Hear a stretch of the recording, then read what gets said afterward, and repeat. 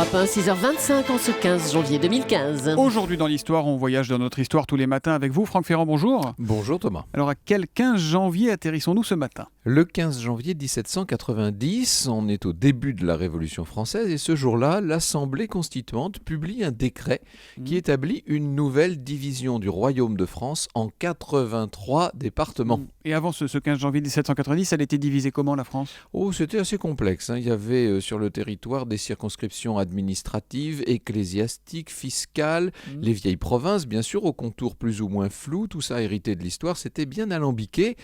Comme le disait Mirabeau, la France était alors, je le cite, un agrégat inconstitué de peuples désunis. Joliment dit. C'est justement le but de ce nouveau découpage proposé par l'abbé Sieyès, simplifier, avec un impératif. Chacun des habitants du département, vous le savez, doit Ça je m'en souviens, pouvoir appris au rallier. collège. Ouais. Voilà, c'est ça. Une journée de cheval, c'est ça, pour aller d'un bout à l'autre ? Et oui, en tout cas pour rallier le chef-lieu. Ah, c'est Où ça. qu'on soit sur le département, en moins d'une journée de cheval, on doit pouvoir être dans le chef-lieu. Voilà comment sont nés ces 83 départements, eux-mêmes subdivisés en districts, en cantons et en communes. Mais comment on décide du découpage à l'époque ?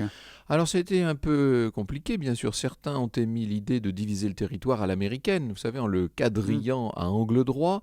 Mais Mirabeau s'y est opposé. Lui a prôné un découpage qui prenne en compte la géographie, les rivières, les reliefs, tout le territoire, si vous voulez. Or, au-delà de ces questions, vous avez bien compris que l'enjeu politique de cette nouvelle répartition était central. Je crois qu'on peut parler d'une véritable révolution géographique. C'en est fini des flottements de l'Ancien Régime. Le nouveau cadre devrait permettre au pouvoir central de mieux contrôler le territoire. Ouais. C'était le but, en tout cas. Et on dit évidemment que la géographie accompagne toujours l'histoire. Oui, hein, c'est vrai, c'est vrai.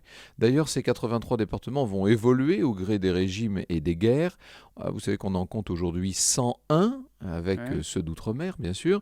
Et vous savez qu'à présent, on est même l'idée de s'en débarrasser. Oui. Mais ça, évidemment, c'est une autre histoire. Enfin, c'est une c'est histoire même qui plutôt est- de l'actualité, c'est pour vous, ça. C'est presque du futur même, parce que c'est encore en plein débat. L'histoire, en tout cas la vraie, on la retrouve avec vous tout à l'heure à 14h pour parler de quoi, Franck ? Nous évoquerons la découverte par les armées de libération des camps nazis de la mort. C'était il y a 70 ans. Au cœur de l'histoire, rendez-vous à 14h sur Europe 1 avec Franck Ferrand. À tout à l'heure et bonne journée, Franck.